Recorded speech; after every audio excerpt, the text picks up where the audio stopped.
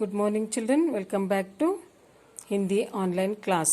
पिछले क्लास में हमने बंदर बांट पद्य के विवरण मैंने आप लोगों को प्राप्त कर चुकी हूँ। आज और एक बात मैं आप लोगों को वह कथा याद करती हूँ। अभी संक्षिप्त में आप लोगों को यह कथा आप लोगों को मैं अभी सुनाती हूँ। म्याऊं म्याऊं करके एक बिल्ली आती है। वहां बिल्ली कहीं से एक रोटी लाती है। तभी दूसरी बिल्ली आकर उस रोटी को छीनकर कुछ अकड़ दिखाती है। छीनने से पहले वह बिल्ली यह मेरी रोटी कहके उस बिल्ली से छीन लेती है।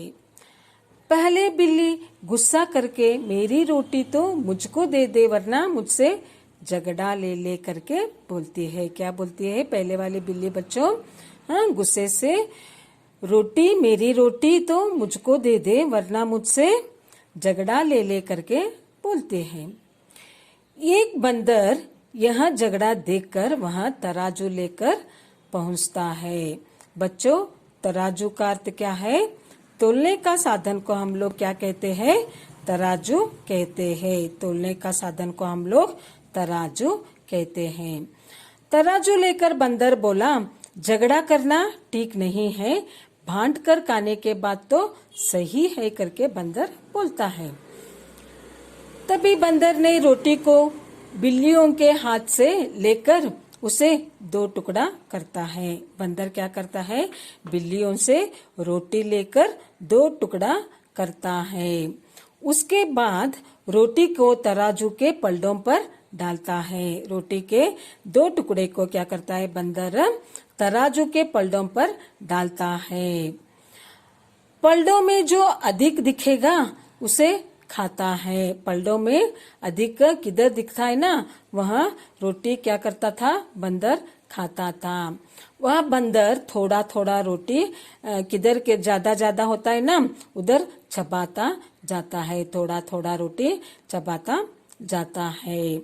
बच्चों क्या है, ये पिछले क्लास में आप लोगों को विवरण मैंने दी थी। आज क्या हुआ, और एक बार आप लोगों को मैंने स्टोरी बताया। अभी हम किधर पांचवा स्टांजा को हम जाएंगे। आज पांचवा स्टांजा हम सभी मिलकर पढ़ेंगे। उसके बाद मैं आप लोगों को पांचवा स्टांजा का विवरण बाद में देती हूँ। रोटी थोड़ी शेष रही जब, रोटी थोड़ी शेष रही जब, बंदर बोला सुन लो अब तुम। बंदर बोला सुन लो अब तुम। यह टुकड़ा मेरी मजदूरी, यह टुकड़ा मेरी मजदूरी। हुई कामना मेरी पूरी, हुई कामना मेरी पूरी। बिल्लियों के कुछ हाथ न आया, बिल्लियों के कुछ हाथ न आया। झगड़े में था सभी गवाया, झगड़े में था सभी गवाया। बच्चों, इधर मजदूरी, मजदूरी का अर्थ क्या है? परिश्रम के बदले दिया जाने वाला धन को हम लोग क्या कहते हैं? मजदूरी कहते हैं। और कामना, कामना इस शब्द का अर्थ क्या है? इच्छा और आशा को हम लोग क्या कहते हैं? कामना कहते हैं। वैसे ही इधर क्या है? गवाया है। गवाया इसका मतलब क्या है बच्चों? गवाया का मतलब है खोना। खोना को हम क्या कहते हैं? गवाना कहते हैं। अभी मैं ये पांचवा स्टांजा का विवरण आप लोगों को प्राप्त करती हूँ। कुछ देर बाद जब बहुत कम रोटी शेष, यानी शेष का अर्थ क्या है? बचा हुआ रोटी, शेष कहते हैं हम लोग। बचा हुआ को हम लोग क्या कहते हैं? शेष कहते हैं। क्या हुआ था? थोड़ी रोटी क्या था? बचा हुआ था। ठीक है। कुछ देर बाद जब बहुत कम रोटी बचा तब दोनों बिल्लियों ने कहा, रहने दो, ऐसे तो पूरी रोटी खत्म हो जाएगा। अभी बंदर क्या करता है, इधर ज्यादा उधर ज्यादा, इस पलड़ों में ज्यादा है उस पलड़ों में ज्यादा है करके तुम क्या करते हो, पूरे रोटी खा के छोड़ते हो। इसलिए तुम लोग क्या करना चाहिए, मुझे अभी कितना भी बचा है ना उतना हमको दे दो, हम दोनों क्या करते हैं, खाते हैं, वही हम लोग खा लेंगे। तभी बंदर बोलता है, क्या बोलता है बंदर, क्या बात कर रही हो, इतनी देर तक मैंने कोशिश की, इतनी देर तक मैंने क्या कोशिश की, बंदर ने क्या कोशिश किया, दोनों को समान बांटना करके कोशिश कर रहा था। दोनों को एक समान बांट के दो करके बंदर कोशिश कर रहा था। अब इतना बचा है, यह तो मेरे पेट में ही जाएगा करके बंदर बोलता है। तुम लोग तो क्या मुझे मेरे मेहनत के लिए बख्शिश नहीं दोगे करके बंदर किसको पूछता है, बिल्लियों को पूछता है। तुम दोनों तो बहुत अच्छे हो बोल के पूरा रोटी बंदर खा लेता है।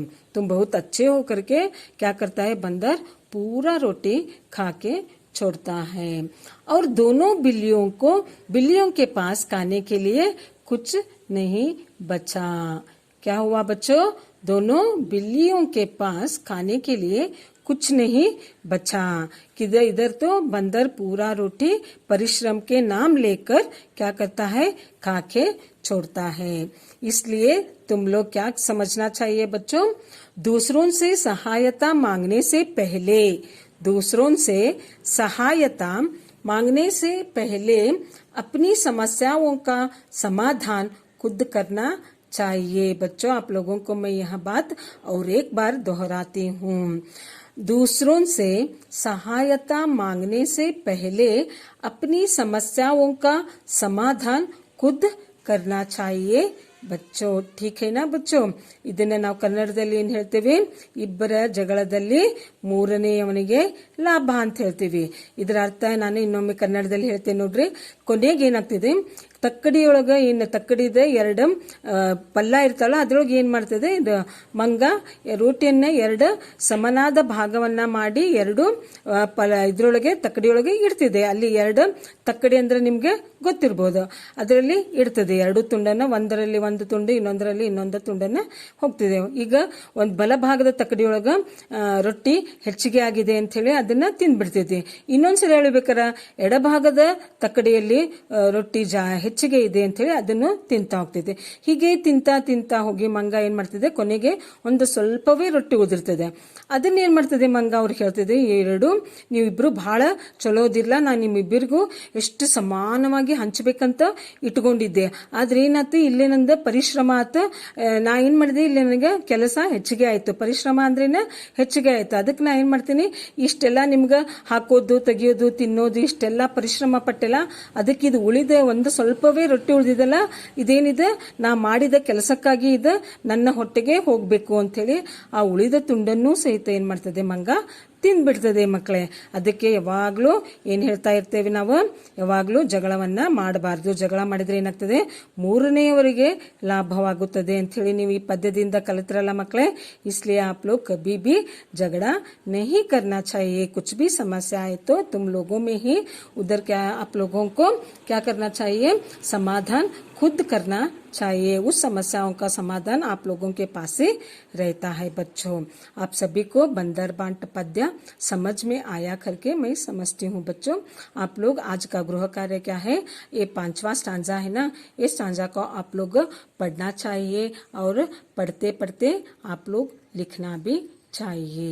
अगले क्लास में मैंने आप लोगों को बंदर बांट इस पद्य का प्रश्नोत्तर लेती हूँ।